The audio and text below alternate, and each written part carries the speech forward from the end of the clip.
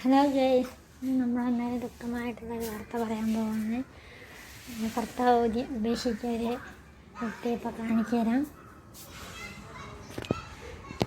ഭർത്താവ് മൂത്ത മോളെ കൊണ്ട് പോയേക്കുക.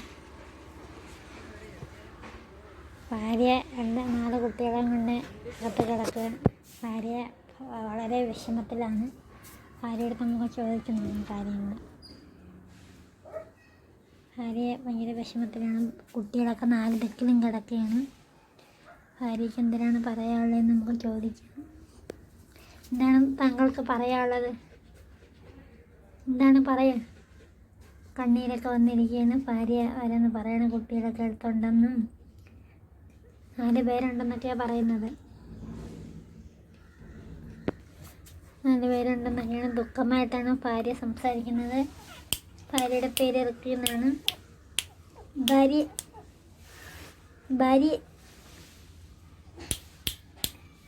ഭാര്യയ്ക്ക് നല്ല ചൂടെടുക്കുന്നുണ്ട്. ഭാര്യയ്ക്ക് കുളിക്കാനൊക്കെ വലിയ പാടാണ്.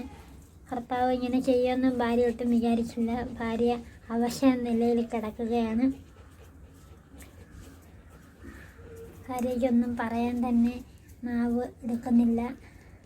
ക്യാമറയിലോട്ട് നോക്കും ഭാര്യ.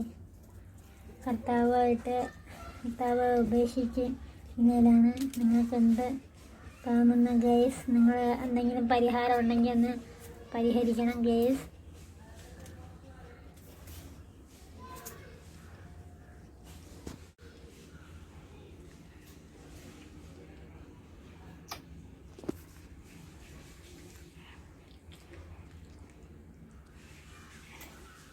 അവശ നിലയിലായിട്ട് കിടക്കുകയാണ്.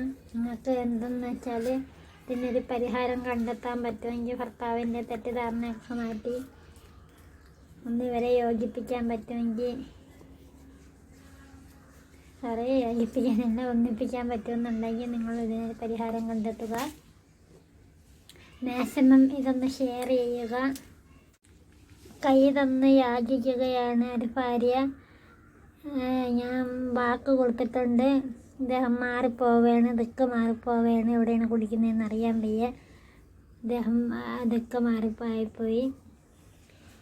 എന്തായാലും ഭർത്താവിനോട് ചോദിക്കാം. അവൾ ഏങ്ങുകയാണ്. ഇതാണ് ഭർത്താവ് മോളെയും കൊണ്ട് പോയൊക്കെയാണ്. ഇതാണ് മോള്.